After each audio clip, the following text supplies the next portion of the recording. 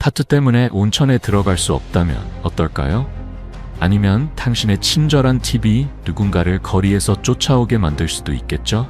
일본은 숨막히는 아름다움과 매혹적인 대조가 공존하는 곳이지만 예상치 못한 문화적 금기가 존재하는 곳이기도 합니다. 신체 접촉을 피하는 것부터 여성들이 들어갈 수 없는 신성한 장소, 그리고 숫자에 대한 미신까지 각 관습은 흥미롭고 때로는 어색한 이야기를 담고 있습니다. 일본을 방문하기 전에 알아둔 좋을 15가지 놀라운 금기를 함께 살펴보세요. 6번째 금기는 정말 충격적일지도 몰라요. 상상해보세요. 일본에 가서 전통 온천에 들어가고 싶은데 타투 때문에 들어갈 수 없다고요. 일본에서 타투는 이레즈미라고 불리며 역사적으로 야쿠자와 같은 범죄 집단과의 연관성 때문에 부정적인 인식이 있어요. 그래서 온천, 헬스장, 수영장 같은 곳에서는 보이는 타투가 있는 사람의 출입을 금지하기도 해요.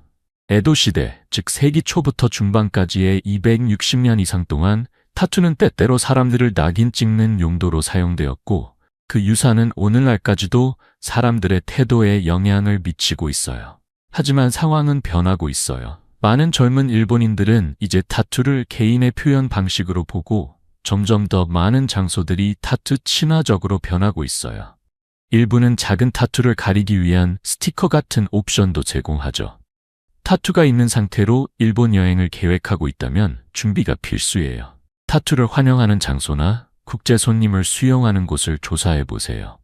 이러한 문화적 뉘앙스를 이해하면 존중하고 풍요로운 경험을 즐길 수 있어요. 타투는 시작에 불과 일본에서는 팁을 주는 것이 오히려 혼란을 줄 수 있다는 사실 알고 계셨나요? 다음 문화적 놀라움을 탐구해 볼까요? 일본에서 멋진 식사를 즐겼어요. 서비스는 완벽했고 직원들은 세심했죠. 팁을 주기 위해 지갑을 꺼내자 웨이터가 당신을 쫓아와서 모든 엔을 돌려주려고 해요. 놀라셨나요? 일본에서는 팁이 단순히 드문 것이 아니라 어색하거나 심지어 불쾌하게 여겨지기도 해요. 많은 문화에서 팁은 감사의 표시로 여겨지지만 일본에서는 서비스가 스스로 충분하지 않다는 비판으로 해석될 수 있어요. 이 전통은 일본의 깊이 있는 존중, 자부심, 공정성의 가치관에서 비롯된 것이에요. 근로자들은 원칙적으로 뛰어난 서비스를 제공하는 것에 큰 자부심을 느끼고 그들의 임금은 이미 그 노력을 반영하고 있어요. 추가 금액을 제공하는 것은 이 균형을 깨뜨릴 수 있으며 심지어 경시하는 것으로 여겨질 수 있어요. 대신 일부 현지인과 방문객들은 종이학이나 꽃 같은 오리가미를 통해 감사를 표현해요. 이러한 정성 어린 창작물은 일본의 예술성과 의미 있는 작은 제스처에 대한 감사를 담고 있어 현금보다 훨씬 더 특별해요. 여러분은 자신의 습관이 현지 관습과 충돌한 경험이 있나요? 댓글로 여러분의 일을 나눠주세요. 여러분의 경험을 듣고 싶어요.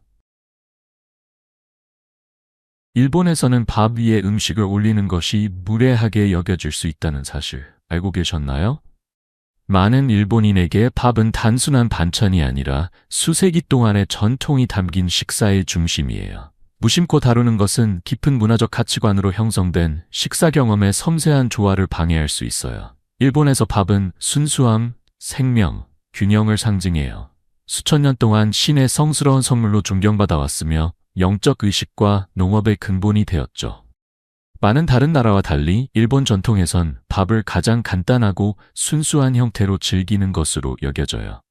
각 쌀알은 그 품질과 재배에 들어간 정성을 증명해요. 다른 음식을 밥과 섞는 것은 다른 곳에서는 일반적이지만 일본의 전통주의자들에겐 예의에 어긋나는 것으로 여겨져요.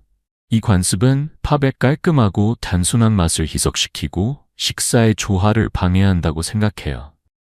일본 요리는 각기 다른 맛을 가진 별도의 요리에 큰 비중을 두고 있어요. 젊고 도시적인 일본인들은 좀 더 느슨한 시각을 가질 수 있지만 전통적이거나 농촌 지역 사회에서는 여전히 이 규칙을 지키고 있어요. 이를 무시한다고 해서 공개적인 비판을 받지는 않겠지만 미묘한 반감이 남아있을 수 있어요. 그러니 일본식 식사를 할 기회가 있다면 밥을 깨끗하게 유지하고 각 요리를 따로 즐기세요. 일본에서는 친근한 손목을 두드리거나 악수하는 것조차도 침해로 느껴질 수 있다는 사실 알고 계셨나요? 그 전에 간단한 요청이 있어요. 이 내용이 마음에 드신다면 구독 버튼을 눌러서 새로운 영상과 흥미로운 이야기를 받아보세요. 여러분의 지원은 저에게 큰 힘이 되고 더 나은 콘텐츠를 제공하겠다고 약속드려요. 약속할게요. 일본에서 개인 공간은 신성한 성소와 같은 대우를 받아요. 모든 사람이 자연스럽게 존중하는 보이지 않는 사생활의 방패를 지니고 있는 것 같아요. 특히 낯선 사람이나 가벼운 지인과의 신체 접촉은 조심스럽게 피해요. 많은 문화에서 일반적인 인사인 따뜻한 악수는 여기에서는 너무 친근하게 느껴질 수 있어요. 대신 일본인들은 고개를 숙이는 우아하고 절제된 제스처를 사용해요. 고개 숙이는 깊이와 시간은 관계의 성격과 상황에 따라 달라져요. 친밀한 친구나 커플 사이에서도 공공장소에서의 애정 표현은 비슷하게 조심스러워요. 현대 일본은 공공장소에서의 키스가 불법이었던 시기를 지나왔지만 이 법이 해제된 이후에도 거리에서의 키스나 포옹은 여전히 미묘한 금기가 남아 있어요. 일본에서는 애정이 조용히 표현되며 마치 벚꽃 아래에서 속삭이는 비밀처럼요. 여행자에게 이러한 규범에 적응하는 것은 어색한 순간을 피하는 데 중요해요. 처음 만나는 사람과의 인사에서 악수나 친근한 손목 두드리기를 자제하고 대신 부드럽게 고개를 숙이고 존경 어린 미소를 함께 지어보세요. 이러한 무언의 관습을 받아들임으로써 일본 문화에 대한 존중과 깊은 이해를 보여주고 만나는 사람들과의 관계를 더욱 깊게 할 수 있어요. 여러분은 개인 공간이나 공공장소에서의 애정 표현과 관련된 문화적 차이를 경험해 본 적이 있나요? 여러분의 경험을 댓글로 공유해 주세요. 그리고 어디 가지 마세요. 다음으로 당신을 놀라게 할 흥미로운 금기를 밝혀낼 예정이에요. 일본에서 가장 논란이 되는 금기 중 하나는 신성한 장소로 여성의 출입이 명백히 금지된 곳이에요. 이렇게 엄격한 규제가 현대성과 진보로 유명한 나라에서 어떻게 지속될 수 있을까요? 일본은 고대 전통과 현대적 발전이 공존하는 나라지만 여전히 시간이 흘러도 변하지 않는 관습이 있어요. 나라 현에 있는 오미네산은 그 예로 이곳은 유네스코 세계유산으로 지정된 산조사원이 있는 신성한 장소로 여성의 출입이 명백히 금지되어 있어요. 그 이유는 이 지역의 영적 순수를 보존하기 위해서예요. 정상에는 여성의 출입 금지라는 표지판이 분명히 적혀 있어 수세기 동안 이어져 온 규칙을 반영하고 있어요. 또 다른 주목할 만한 사례는 규슈에 있는 치마섬으로 이곳도 비슷한 엄격한 제한이 있어요. 여기서는 오직 남성만 방문할 수 있으며 신성한 땅에 발을 디디기 위해서는 먼저 정화의식을 거쳐야 해요. 이러한 배제는 종교적 장소에만 국한되지 않아요. 일본의 국가 스포츠인 스모도 여성의 참여를 금지하고 있을 뿐만 아니라 스모링에 발을 들이는 것조차 허용되지 않아요. 이러한 관습은 문화적, 종교적 영역을 넘어 확장돼요.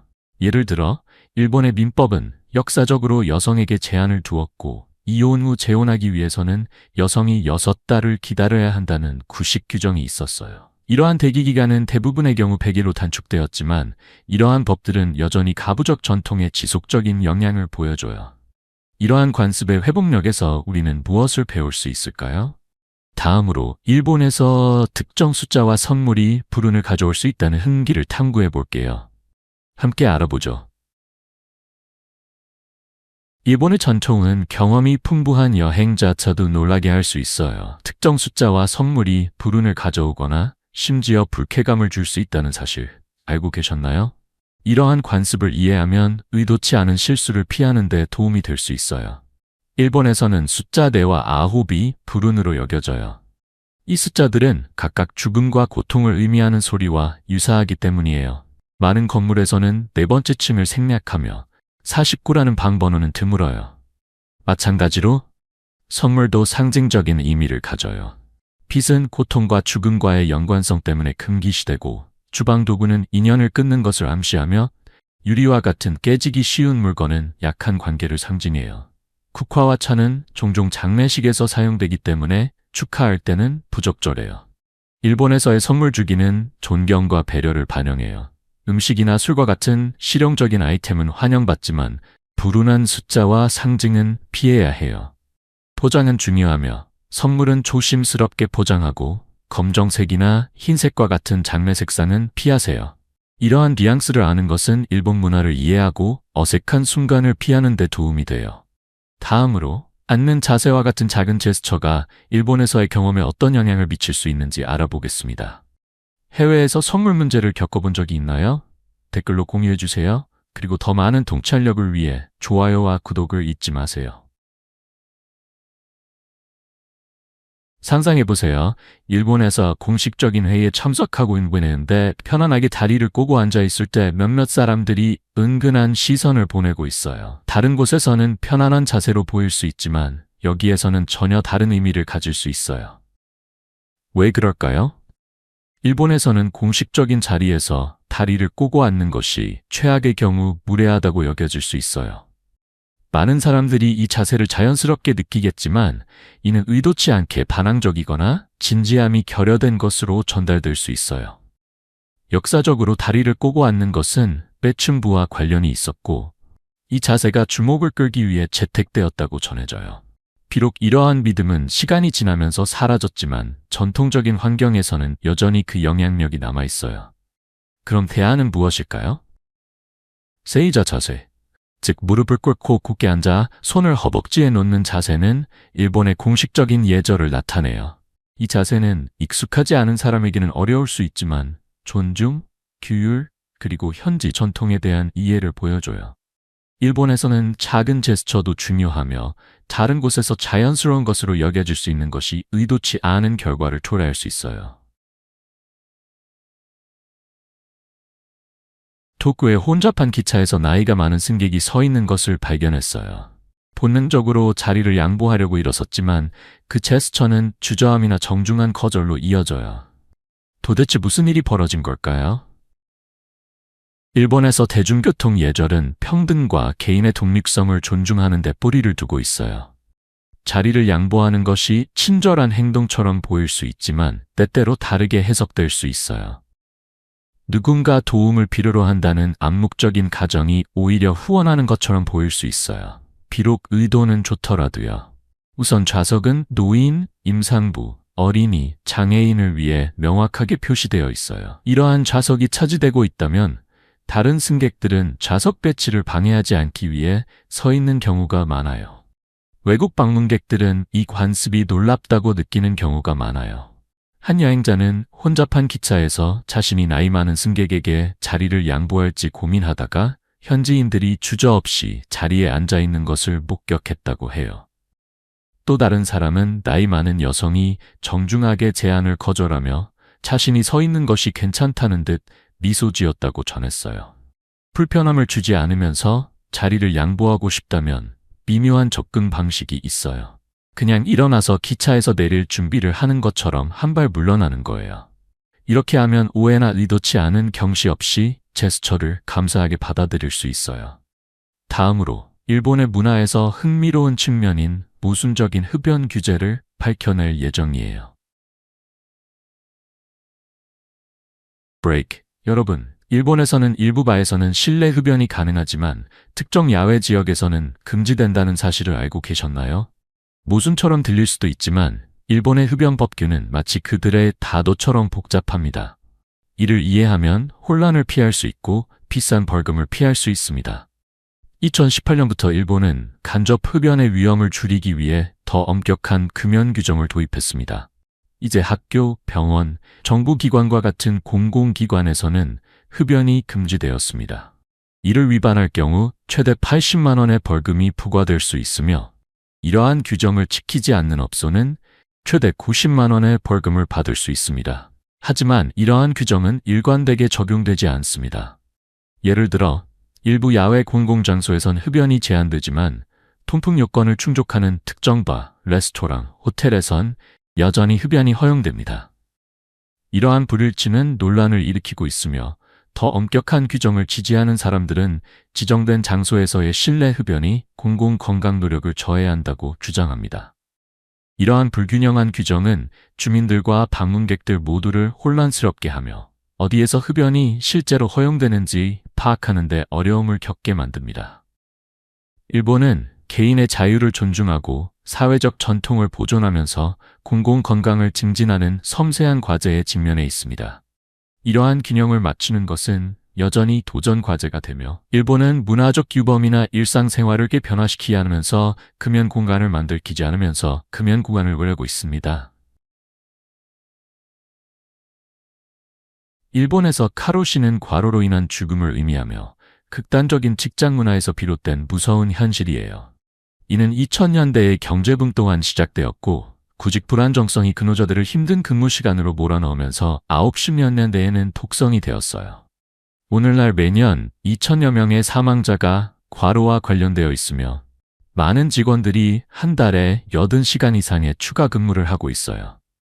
정부는 월 최대 45시간의 초과 근무를 제한하는 법률을 제정하고 근무와 생활의 균형을 장려하기 위해 프리미엄 금요일과 같은 이니셔티브를 도입했어요. 하지만 충성심과 늦게까지 남아있는 사회적 기대는 여전히 진전을 방해하고 있어요. 풀뿌리 운동과 젊은 세대의 변화 요구는 희망을 주지만 더 깊은 도전은 이 사무실 밖의 삶을 재발견하도록 돕는 것이에요. 법률이 기반을 마련하지만 문화적 규범을 변화시키는 것이 핵심이에요. 일본의 집에 신발을 신고 들어가는 것은 외부 세계를 평화의 성소로 가져오는 것과 같아요. 일본에서 집에 들어가기 전에 신발을 벗는 것은 2000년 이상의 전통이에요. 이는 단순한 청결을 넘어 집이라는 신성하고 사적인 공간에 대한 존중을 나타내요. 이 관습은 일본의 습한 여름 동안 집을 신선하게 유지하기 위한 방법으로 시작되었으며 특히 전통적인 집에서 볼 수 있는 섬세한 다다미를 보호하기 위한 것이죠. 다다미는 엮인 짚으로 만들어져 쉽게 더러워지거나 딱딱한 바닥에 의해 손상될 수 있어 신발을 벗는 것이 필수적이에요. 방문객들에게 이 규칙을 잊는 것은 어색한 순간을 초래할 수 있어요. 한 관광객은 호스트의 다다미 위에 신발을 신고 들어가서 놀라운 반응과 함께 뒤로 물러나는 제스처를 받았다고 해요. 또 다른 사람은 신발의 배열조차도 집의 조화를 반영하는 것처럼 보이는 현관 공간의 정돈을 감탄했어요. 교통여관이나 특정 직장에서는 신발을 벗는 것이 일반적이에요. 어떤 경우에는 화장실 사용을 위한 전문 슬리퍼가 제공되기도 하며 이는 일본 문화에서 위생에 대한 주의를 강조해요. 다음으로 일본의 관습 중 하나인 걷는 동안 음식을 먹는 것이 왜 주목받을 수 있는지 알아볼게요. 여러분은 여행 중 이러한 문화적 관습을 경험한 적이 있나요? 계속 지켜봐 주세요. 일본의 독특한 금기에 대한 더 많은 동hel로를 탐구할 예정이에요. 도쿄 같은 분주어시한 길거리 음식 판매자가 신선한 타코야키나 야키토리의 유혹적인 향기를 풍겨요. 하지만 한 입 베어 물고 걸어가기 전에 다시 생각해 보세요. 일본에서는 이 겉보기에 무해한 습관이 무례하게 여겨져요. 왜 그럴까요? 많은 다른 나라와 달리 일본에서는 이동 중에 먹는 것이 일반적이지 않아요. 이는 마음가짐과 타인에 대한 존중을 중시하는 문화에서 비롯된 것이에요. 씹는 소리, 음식의 냄새, 또는 바쁜 공공장소에서 누군가가 먹고 있는 모습은 방해가 될 수 있어요. 일본 전통에서는 식사는 지정된 장소에서 즐기도록 되어 있어 맛을 감상하면서 청결과 질서를 유지하는 것이 중요해요. 이러한 무언의 관습은 대중교통에서도 적용돼요. 기차나 버스에서 먹는 것은 명시적으로 허용되지 않는 한 드물어요. 이러한 사회적 규범을 어기는 사람에게는 비난의 시선이나 가끔은 정중하지만 단호한 말을 수 있어요. 젓가락은 단순한 식사도구처럼 보일 수 있지만 일본에서 그 사용법은 중요한 의미를 지니고 있어요. 가장 중요한 규칙 중 하나는 절대 음식을 다른 사람에게 직접 젓가락으로 건네지 말라는 거예요. 왜 그럴까요? 이 관습은 일본의 장례식 관습에 뿌리를 두고 있어요. 화장식에서 고인의 뼈를 옮길 때 젓가락이 사용되기 때문이에요. 이렇게 음식을 건네는 것은 불행을 불러오고 수신자에게 해를 바라는 것과 같은 이미지를 연상시켜요. 또 다른 중요한 금기는 밥그릇에 젓가락을 세워놓는 것이에요. 이 제스처는 고인을 위한 의식에서 향을 꽂는 것과 유사해 식탁에서 바라보는 것이 반갑지 않은 광경이 되어버려요. 현지인과 함께 식사할 때 이러한 실수를 하면 단순한 당황함을 넘어서 호스트에게 불쾌감을 줄 수 있어요. 이는 사회적 불편함이나 거부감으로 이어질 수 있어요. 유교와 불교의 영향을 깊이 받은 일본의 식사 관습은 존중과 마음가짐을 강조해요. 일본을 방문할 때 젓가락은 오직 음식을 먹기 위한 도구라는 것을 기억하세요. 음식을 가리키거나 직접 건네거나 다른 부적절한 제스처를 하는데 사용하지 마세요.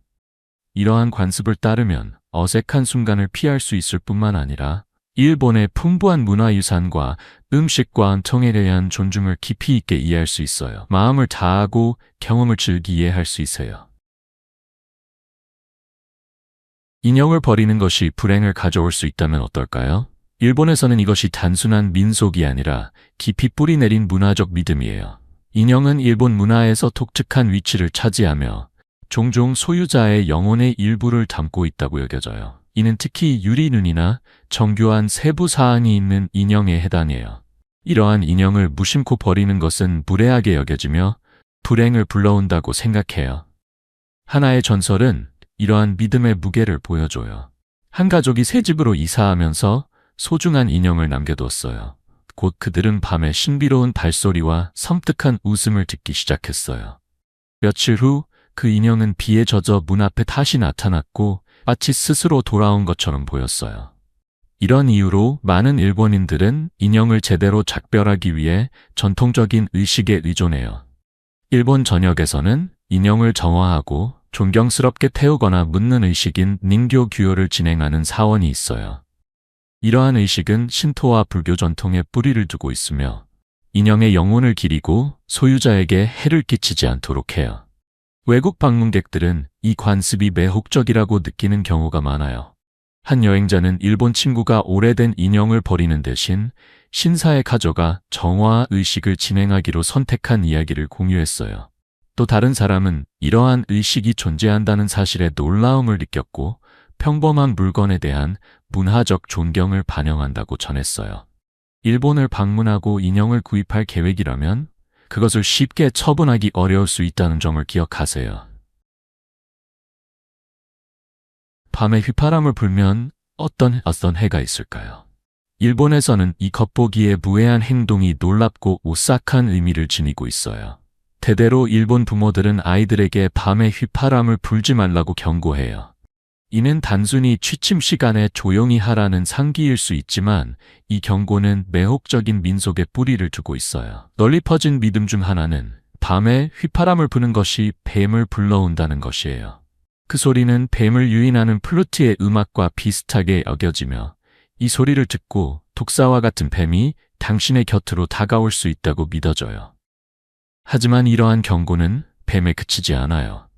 일본 민속은 또한 어둠 속에서 휘파람을 불면 장난꾸러기 영혼이나 신비로운 힘의 주목을 받을 수 있다고 제안해요. 전통적인 이야기들은 밤의 휘파람 소리에 의해 촉발된 섬뜩한 사건이나 만남에 대해 이야기해요. 또한 과거에는 늦은 저녁에 휘파람을 부는 것이 비밀스럽거나 의심스러운 소통과 연결되기도 했어요. 밀접한 농촌 공동체에서는 밤에 휘파람을 부는 사람이 의심을 받을 수 있었죠. 이 작은 미신은 일본의 전통, 민속, 일상생활 간의 깊은 연결을 강조해요. 이러한 관습을 존중하는 것은 자연, 공동체, 시, 보이지 않는 세계와의 조화를 중시하는 문화를 이해하는 창을 제공합니다. 일본의 매력적인 금기에 대한 탐구를 마치며 여러분은 어떤 이야기가 가장 흥미로웠나요? 댓글로 알려주세요. 그리고 좋아요와 구독을 잊지 마세요. 더 놀라운 여행과 독특한 목적지에 대한 통찰력을 위해 함께 해주세요. 오늘 영상이 마음에 드셨다면 좋아요 버튼을 눌러주시고 채널 구독도 잊지 말아주세요. 여러분의 응원이 저희에게는 정말 큰 힘이 됩니다. 지금 화면에 나타나는 영상을 클릭해보세요. 분명히 이 콘텐츠를 좋아하실 거예요. 다음에 어떤 나라를 다뤄주었으면 좋겠는지 아래에 댓글로 남겨주세요. 시청해주셔서 정말 감사합니다. 다음 영상에서 만나요. 이 멋진 모험에 동참해주셔서 감사합니다. 여러분의 생각을 댓글로 남겨주시고 좋아요를 눌러주시고 더 많은 정보를 받아보려면 구독하는 것을 잊지 마세요. 다음에 또 봐요.